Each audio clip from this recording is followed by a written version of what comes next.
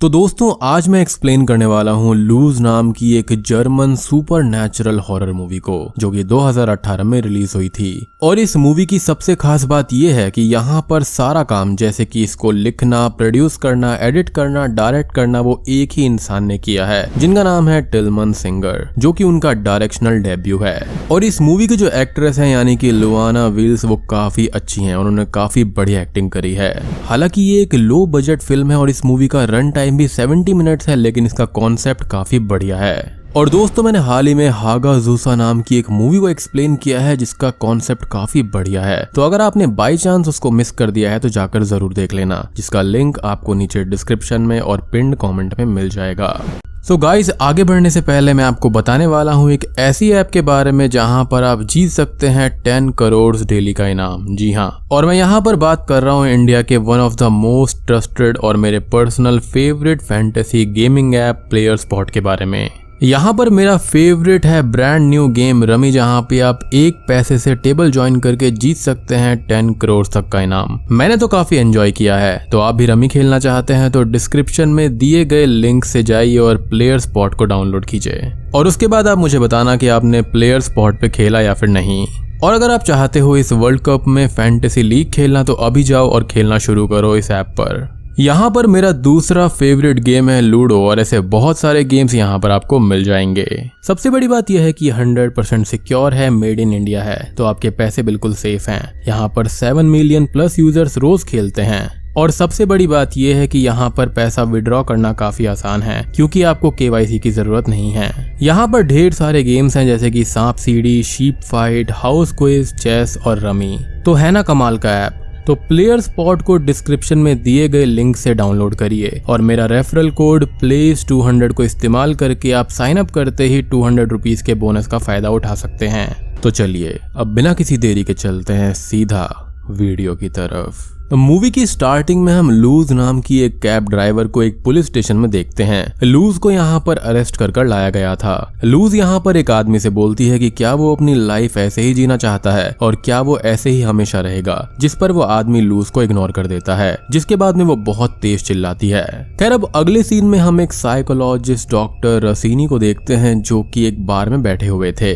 तभी वहाँ पर डॉक्टर के पास में एक और लेडी बैठी होती है, जिसका नाम नोरा होता है, और वो डॉक्टर से बात करने लगती है। नोरा रसीनी के पास आकर बैठ जाती है और उनसे ये बोलती है कि उसको उनकी हेल्प चाहिए अपनी एक फ्रेंड के मैटर में, और उसकी फ्रेंड ने एक चलती हुई टैक्सी से जंप कर दिया था। रसीनी नोरा से बोलती है कि उसको अपनी फ्रेंड के बारे में अगर हेल्प चाहिए तो उसको हॉस्पिटल जाना चाहिए, जिस पर नोरा बोलती है कि वो हॉस्पिटल नहीं जाना चाहती, और वो रसीनी को ही कन्विंस कर लेती है उससे बात करके हेल्प करने के लिए। अब यहाँ पर डॉक्टर नोरा को ड्रग्स लेते हुए देखता है, तो वो खुद भी उसके ड्रग्स को कंज्यूम करने लगता है और उससे उसकी गर्लफ्रेंड के बारे में पूछता है। नोरा यहाँ पर ये बताती है कि उसकी गर्लफ्रेंड, जिसका नाम लूज है, उसके पास में स्पेशल पावर्स हैं और वो उसे एक कैथोलिक स्कूल में मिली थी। अब तभी हम दूसरी ओर पुलिस स्टेशन में लूज को बैठा हुआ देखते हैं, और बैकग्राउंड में हम एक लड़की के गॉड के नाम पर गंदे वर्ड्स या फिर डेविल वर्शिपिंग सुनाई देती है, जिसके बारे में हमको आगे पता चल जाएगा।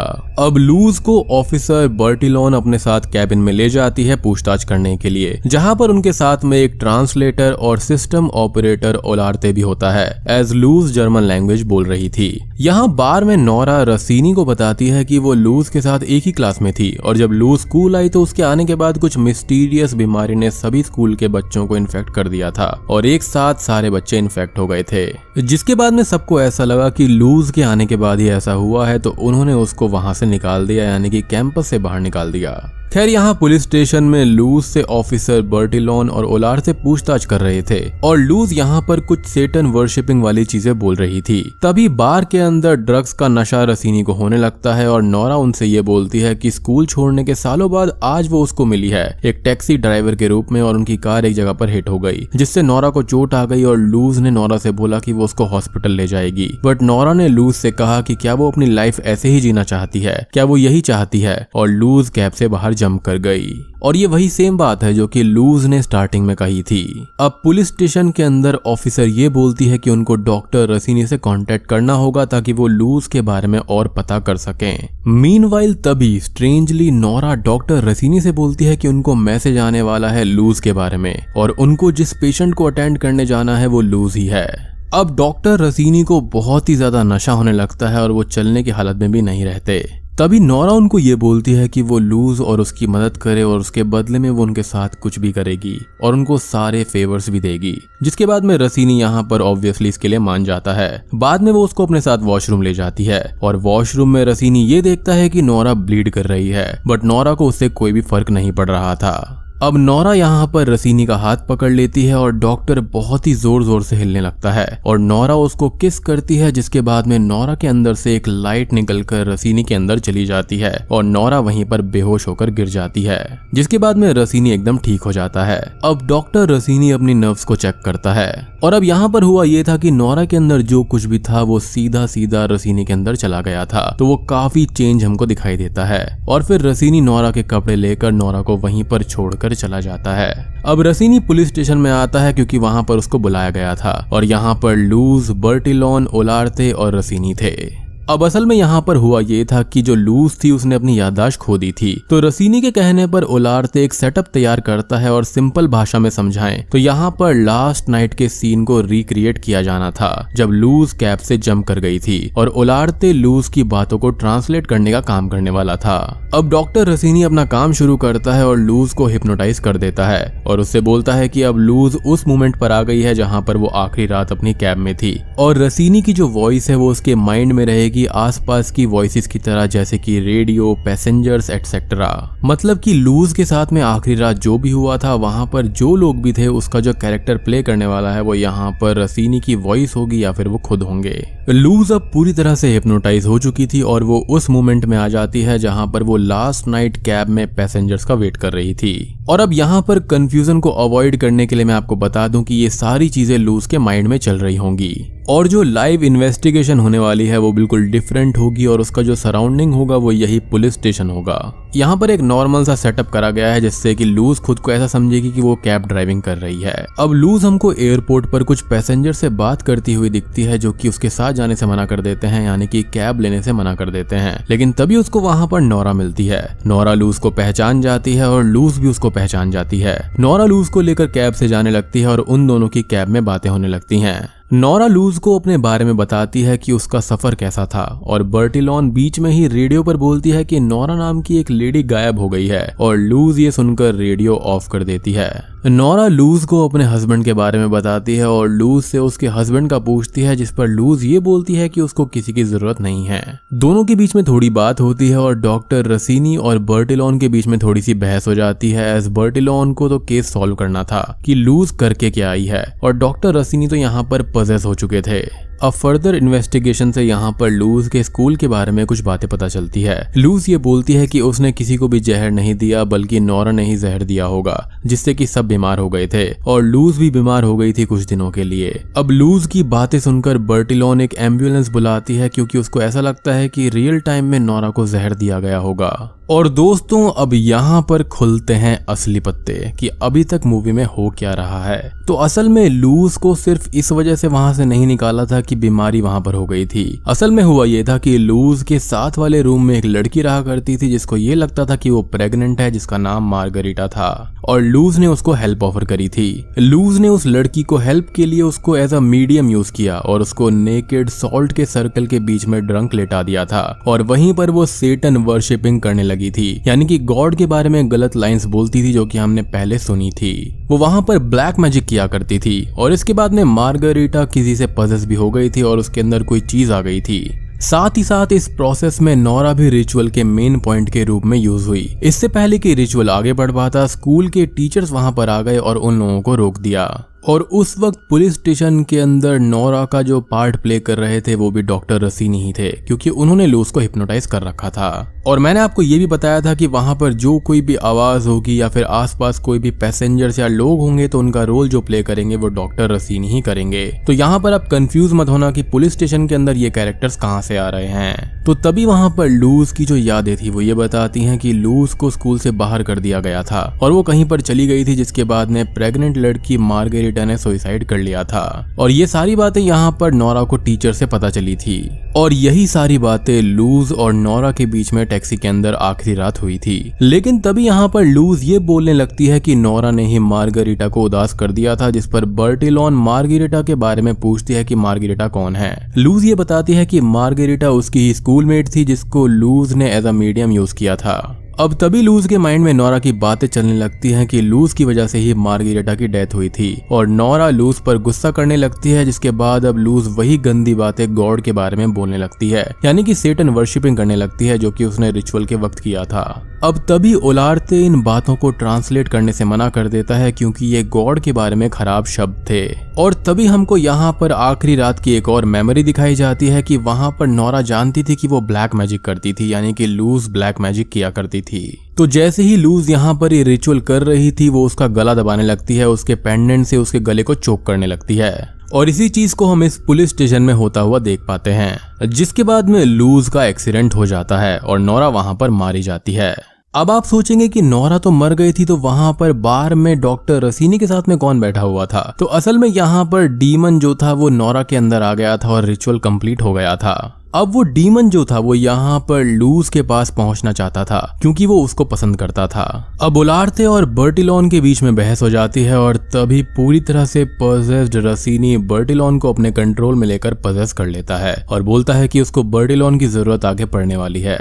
और रसीनी ये सब बातें बर्टिलॉन से स्पेनिश में बोल रहा था, जिस पर बर्टिलॉन पूछती है कि उसको स्पेनिश कब से आती है, जिस पर रसीनी ये बोलता है कि उसको स्पेनिश तब से आती है जब से स्पेनिश इन्वेंट हुई थी, जिसका क्लियर मीनिंग है कि ये डीमन है क्योंकि इन डीमंस वगैरह को ही सारी लैंग्वेजेस की नॉलेज होती है। ओलार्ते ये देखकर बहुत डर जाता है और वो खुद को उसी कैबिन में लॉक कर लेता है जहां पर वो ट्रांसलेशन कर रहा था। रसीनी अब नोरा के कपड़े पहन लेता है और अपनी नोज को ब्लीड करते हुए लूज के पास बैठ जाता है, एज ये वही मोमेंट था जब उन लोगों की कार क्रैश हो गई थी।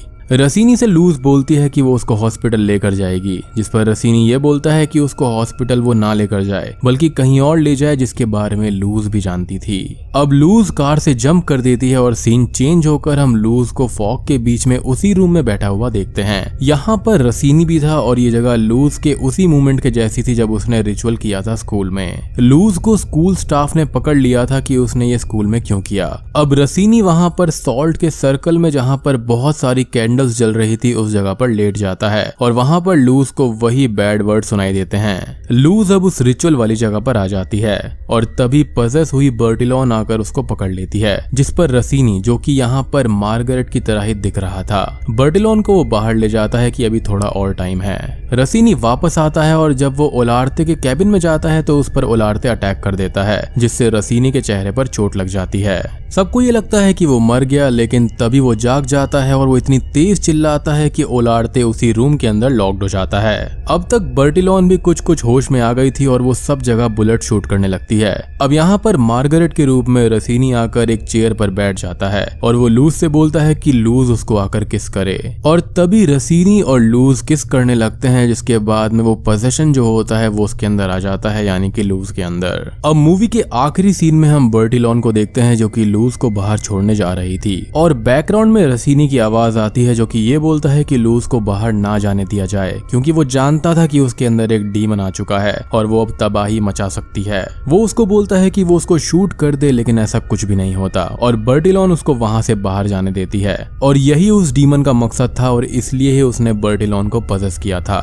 क्योंकि वो इस पुलिस डिपार्टमेंट की यहाँ पर हेड थी इस वक्त के लिए और उसने उसको बाहर जाने दिया और बूम, ये मूवी यहीं पर खत्म हो जाती है। तो मूवी के अंदर यहाँ पर काफी सारे स्ट्रेंज सीन्स हैं, लाइक पुलिस स्टेशन वाले सीन के अंदर बहुत सारी चीजें मिक्सअप हो जाती हैं। तो मैं यहाँ पर आपको एक सिंपल और शॉर्ट एंड स्वीट समरी देता हूँ कि यहाँ पर आखिर हुआ क्या है। तो लूज यहाँ पर हमेशा से ही ब्लैक मैजिक किया करती थी और वो एक डीमन को अपने अंदर बुलाना चाहती थी ताकि वो दुनिया पर कंट्रोल कर सके और पावर्स को ले सके। उसने एक स्कूल को चुना जहाँ पर उसकी मुलाकात नोरा और मार्गरेटा से हुई। अब लूज के पास यहाँ पर शक्तियां थीं जिसके चलते उसने नोरा को और मार्गरेटा को अपनी बातों में फंसा लिया और इस रिचुअल के लिए तैयार कर लिया। लेकिन जैसे ही यहाँ पर ये रिचुअल कंप्लीट होने वाला था, स्कूल वालों ने उसको पकड़ लिया और वहां से बाहर निकाल दिया। अब ऑब्वियस सी बात है, यहाँ पर लूज को जीने के लिए कुछ ना कुछ तो करना ही था, तो वो कैब ड्राइवर का काम करने लगी। अब कई सालों के बाद में एयरपोर्ट पर उसको नोरा फिर से मिली जिसको वो जानती थी, लेकिन वो नाटक कर रही थी कि वो उसको नहीं नहीं जानती। अब नोरा को अपने घर छोड़ते टाइम नोरा उसको टॉन्ट करने लगी कि वो जानती है कि लूज यहाँ पर ब्लैक मैजिक करती थी और उसी की वजह से मार्गरेटा की जान गई थी। यहाँ पर लूज को गुस्सा आ जाता है और वो फिर से रिचुअल को कंप्लीट करने लगती है और उल्टी सीधी बातें बोलने लगती है, यानी कि रिचुअल के वर्सेस को बोलने लगती है। नोरा यहाँ पर जानती थी कि वो गलत कर रही है, जिसके चलते वो उसका गला घोटने लगती है, लेकिन तभी यहाँ पर वो ये करती है कि वो कार का एक्सीडेंट करा देती है, जिसके चलते नोरा यहाँ पर डीमन को सेक्रीफाइस हो जाती है। अब लूज को यहाँ पर नहीं पता था कि रिचुअल ने वर्क किया है या फिर नहीं किया है, तो वहां से वो कैब से भाग जाती है और वहां से भागने का रीजन ये था कि उसकी मेमोरीज चली गई थी। वो नहीं जानती थी कि यहाँ पर हुआ क्या है, तो वो डर गई थी और वहां से भाग गई। लेकिन यहाँ पर पुलिस ने उसको अरेस्ट कर लिया और उसको इंटेरोगेशन के लिए पुलिस स्टेशन के अंदर लेकर आ गए। लेकिन लूज ये नहीं जानती थी कि डीमन वहां पर आ चुका है। नोरा के अंदर डीमन आया और फिर उसने डॉक्टर रसीनी को फंसाया। उसने पहले खुद को नोरा के अंदर ट्रांसफर किया और उसके बाद में नोरा के जरिए वो आया सीधा डॉक्टर रसीनी के अंदर। और डीमन का यहाँ पर गोल था कि वो लूज के साथ जुड़ना चाहता था एंड परहैप्स लूज भी यही चाहती थी, जिसके बाद में डॉक्टर रसीनी के अंदर के डीमन ने खुद को पहुंचा दिया सीधा पुलिस स्टेशन में, जहां पर उसने पहले तो सारी की सारी मेमोरीज जो थी वो लूज की वापस कर दी और उसके बाद में डीमन ने खुद को लूज के अंदर ट्रांसफर कर दिया और लूज और डीमन एक साथ हो गए। और अब लूज बाहर जाकर जितनी मर्जी तबाही करना चाहती है वो कर सकती है।